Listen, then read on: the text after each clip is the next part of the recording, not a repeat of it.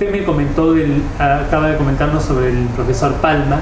¿Qué otros profesores recuerda de ese? De otros profesores que recuerda, el doctor Bernales. El doctor Bernales era un profesor nato, ya que nos enseñaba ya en el hospital, ya, y este doctor Bernales nos estudiaba medicina general, y en la clase, en el aula, abajo teníamos al enfermo, y él decía, la clase lo hace el alumno, no uno. Entonces, a ver, fulano y tal, le preguntaba, entonces lo que él decía era, al contestar, contesta bien, mejor y superior. Y si contestas mal y vas a decir algo malo, mejor cállate. Así que era bien severo en ese estilo, pero era un profesor. Y después de eso, después de hacer su pregunta, él ya comenzaba a hacer su clase.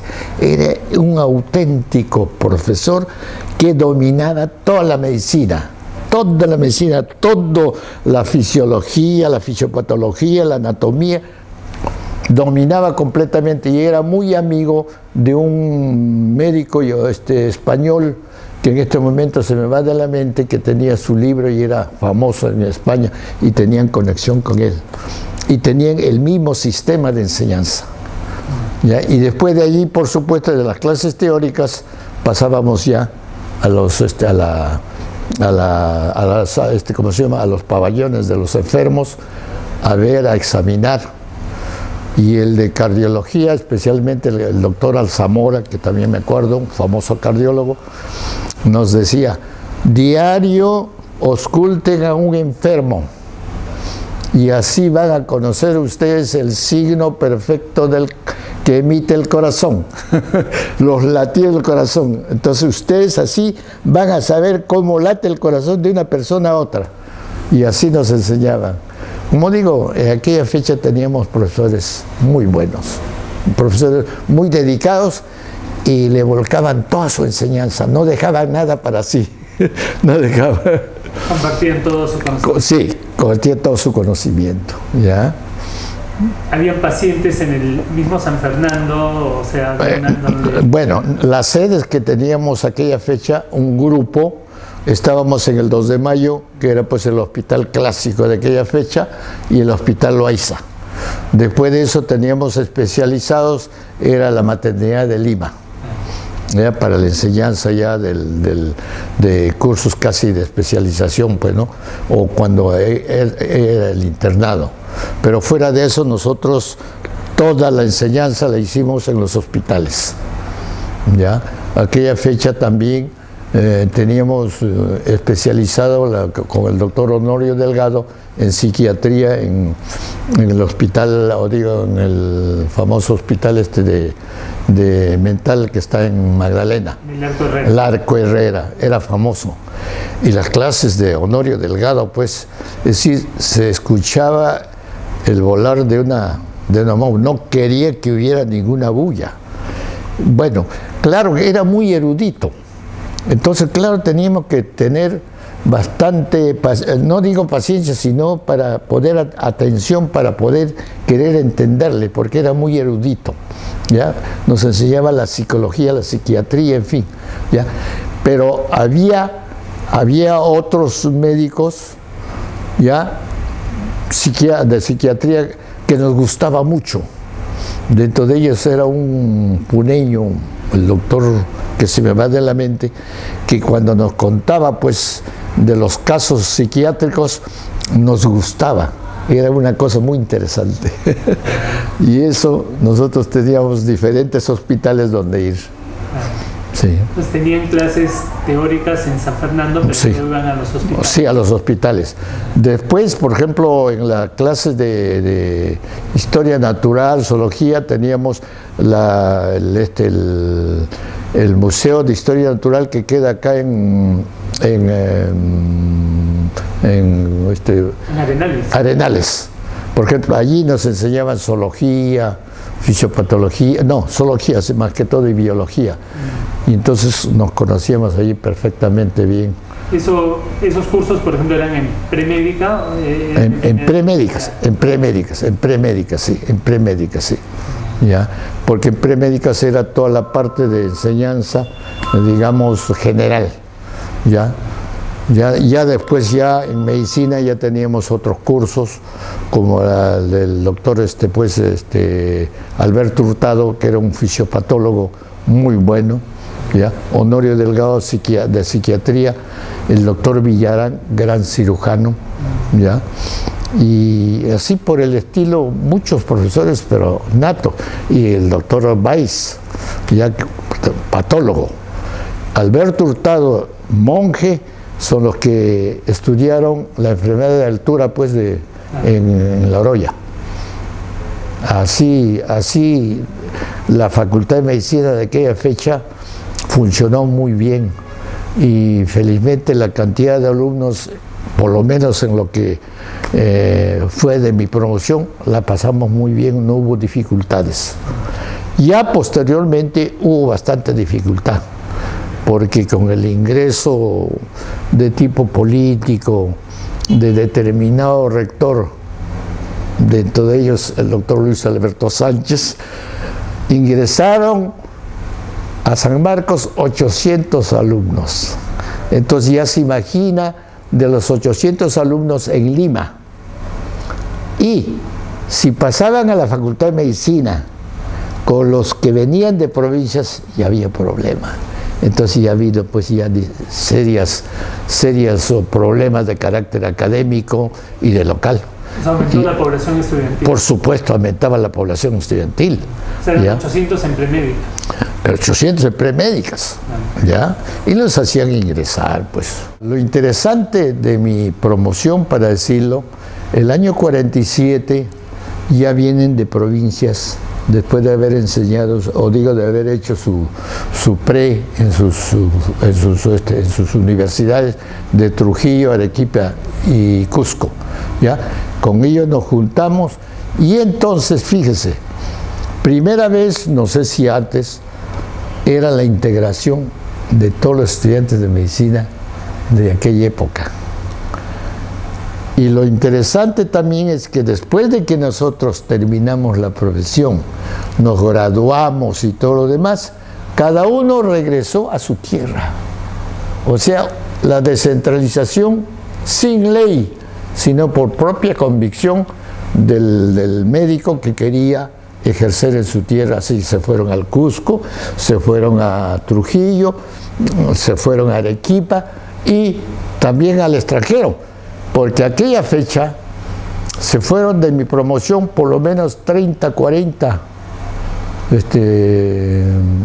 colegas, que era la promoción Chervele de aquella fecha que nosotros teníamos, y que el médico peruano era el mejor formado de América, porque nosotros estudiábamos la medicina completa, no como Argentina, ni por decir, Argentina es la más grande, porque Argentina solamente estudiamos hasta quinto año y después ya venía la especialización. Nosotros no, estudiábamos completo, aparte del internado. Y cuando iban a Estados Unidos, estos colegas fueron bien recibidos, porque eran los mejor, que eran preferidos por los hospitales de Estados Unidos, porque hacían todo. Porque allá, cuando va el médico de fuera de Estados Unidos, les hacen que se llama el internship, o sea, nuevamente como un internado, pero en la cual pues los médicos peruanos eran pues reyes, tal que muchos médicos, no digo especialmente, pero parte de Sudamérica y de Europa eran pues alumnos que no estaban bien, no estaban bien preparados. Pero los nuestros eran preferidos y ellos hicieron su vida en Estados Unidos. O sea que hubo de mi promoción también, no solamente para descentralizar Lima, sino también el mundo, por decir, porque inclusive tuvimos alumnos bastante dedicados a ser científico. Uno de ellos, el de Cayetano, bueno, estuve en Cayetano, Luis Lumbreras, ¿ya? Hugo Lumbreras, que fue pues prácticamente un sabio, ¿ya? Es el que ayudó a a ver el asunto de la enfermedad de Chagas. La enfermedad de Chagas es una enfermedad muy grave que produce una carditis, y eso era muy común en Arequipa, y ya en Europa estaban estudiando. Entonces el doctor Lumbreras, que había hecho su posgrado en Alemania, vino a Cayetano, y la universidad de aquella fecha hizo un instituto en Cayetano, en nombre del doctor Hugo Lumbreras, y así muchos otros profesores muy buenos, ¿ya? Y por supuesto, como digo, dirigentes también de aquella fecha, de la Federación Médica, el Colegio Médico que irónicamente fue dado por el gobierno de facto de Velasco, ley que fue dada por Belaúnde, pero el que lo puso digamos ya formalmente fue Velasco. Ahí se forma el colegio médico, sí. Ese doctor Lumbreras, que él también había sido sanmarquino. Claro. De mi promoción. De su promoción, claro. Arequipeño. Ah, claro. Sí. Pero hay una cosa curiosa. El Perú, con la Facultad de Medicina, ¿desde cuándo? Somos 80.000. Cuba, ahora no sé exactamente cuánto. Cuando nosotros estábamos en 60.000, Cuba ya había hecho, desde el año 58 que ingresó, ya, Cuba ya había hecho ya 70.000 médicos. Y yo he ido a Cuba, y la verdad, la enseñanza de la medicina fue un bluff. En un principio, cuando tenían la ayuda de Rusia, ya funcionaron bien sus universidades, pero después de eso decayeron. Ya no hubo un Ross, o sea, el famoso que descubrió pues la enfermedad de antipalúdica, no sé cuántos, ya no hubo ningún científico en Cuba. Se enseñaron solamente para la enseñanza, o digo, para la atención, digamos, primaria prácticamente. Ya no hubo ningún científico. Para la parte de investigación decayó. Ya decayó completamente. Y más bien para exportar. ¿A dónde exportaban? A Angola, en Sudamérica, a Bolivia, ahorita al Brasil, a Venezuela, al Perú quisieron, han venido algunos, pero no se afectó, porque desgraciadamente, como digo, entonces, ¿quién ha hecho más médicos en poco tiempo frente a esto? Ahora somos 80.000, porque ¿cuántas facultades de medicina hay? Muchas. Claro. Y facultades de medicina, las particulares, de todas maneras, las particulares, a pesar de que ellos simplemente, digamos, tuvieron elemento directriz o docente, atrayendo a las universidades nacionales de Cayetano, de Villarreal, de San Marcos, atrayendo por la cuestión de la económica. Entonces ellos no han hecho profesores. Y entonces estamos viendo la situación de alumnos de esas universidades particulares mal preparadas. Y por supuesto eso decae en la eficiencia de la atención. Estamos en un momento muy crítico, con hospitales que desgraciadamente no hay gestión, porque un hospital es cuestión de gestión. O sea, el director tiene que saber que esto falta, que no hay que echarle la culpa tanto al ministerio. Es cuestión de gestión. Yo le digo eso porque he sido director de este hospitalito, que verdaderamente es un hospital, como digo, base para que se tenga que hacer, porque es un hospital de emergencia donde tenemos todos los especialistas día y noche.